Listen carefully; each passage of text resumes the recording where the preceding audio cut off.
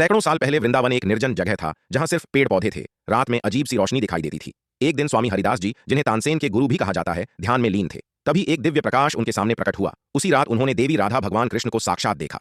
अगली सुबह जहां वो ध्यान कर रहे थे, वहां जमीन से एक दिव्य देवी राधा भगवान कृष्ण मूर्ति स्वतः प्रकट हुई। लोगों ने इसे स्वयंभू मूर्ति कहा, यानी जिसे कोई मनुष्य नहीं बना सकता। वहीं बना निधिवन मंदिर, देवी राधा भगवान कृष्ण की लीला भूमि। देवी राधा भगवान कृष्ण मूर्ति की आंखें खुली हैं, लेकिन देखती नहीं, बंद भी नहीं होती। रात में ये मूर्ति सजीव हो जाती है। हर सुबह पुजारी पाते हैं कि मंदिर में तुलसी की माला टूटी होती है, घंटी थोड़ी टेढ़ी होती है, माखन का प्रसाद आधा खाया हुआ मिलता है। मंदिर के अंदर कुछ ऐसे कक्ष कमरे हैं जिनमें कोई नहीं जाता। वो चाबी आज तक किसी के पास नहीं है। वहां कई सदी पुरानी वस्तुएं, देवी राधा भगवान कृष्ण की गोपनीय रचनाएं छिपी हुई हैं। मंदिर के नीचे एक गुफा है जो समुद्र से जुड़ी है। समुद्र वृंदावन में एक गुप्त जल सुरंग मानी जाती है जो द्वारका या अरब सागर तक जाती है। यह वो मार्ग है जिससे भगवान श्री कृष्ण लीला के बाद प्रकट होकर लौटते हैं। मुगलों के समय राजाओं ने देवी राधा भगवान कृष्ण की मूर्ति को बचाने के लिए निधिवन में खजाना छुपाया था। कई बार रात में जमीन से अजीब सी धातु की चमक दिखाई देती है। अंग्रेजों ने खुदाई करने की कोशिश की, पर खुदाई करने वाले अचानक बीमार या गायब हो गए।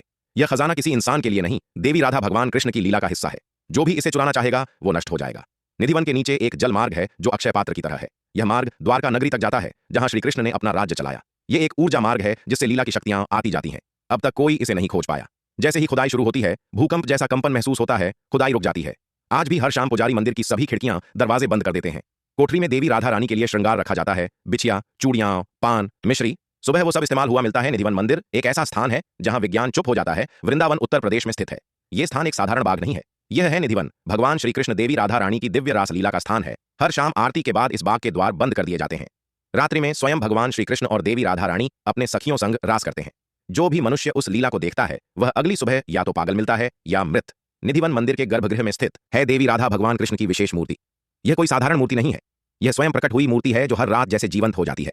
हर सुबह पुजारी को मंदिर में मिलती है। एक छोटा सा सिंहासन, अस्त व्यस्त टूटी चूड़ियां बिछुए और दो दांतों के निशान, जैसे किसी ने माखन खाया हो। यह संकेत हैं कि रात में कोई यहां आता है, कोई दिव्य शक्ति। निधिवन में जो पेड़ हैं वो आम पेड़ों जैसे नहीं हैं। इनकी शाखाएं ऐसे जुड़ी होती हैं जैसे कोई जोड़ा एक दूसरे से लिपटा हो। ये पेड़ वास्तव में गोपियां हैं जो रात्रि में जीवित हो उठती हैं भगवान श्री कृष्ण की रासलीला के लिए। सुबह होते ही वो फिर से पेड़ों का रूप ले लेती हैं। इन पेड़ों को काटना या उनकी लकड़ी को ले जाना शापित माना जाता है। निधिवन में रात को कोई नहीं रुकता। कुछ जिज्ञासु लोग चोरी छिपे रुकने की कोशिश करते हैं और अगली सुबह किसी की मृत्यु हो जाती है। कोई मानसिक रूप से असंतुलित हो जाता है या फिर गायब हो जाता है।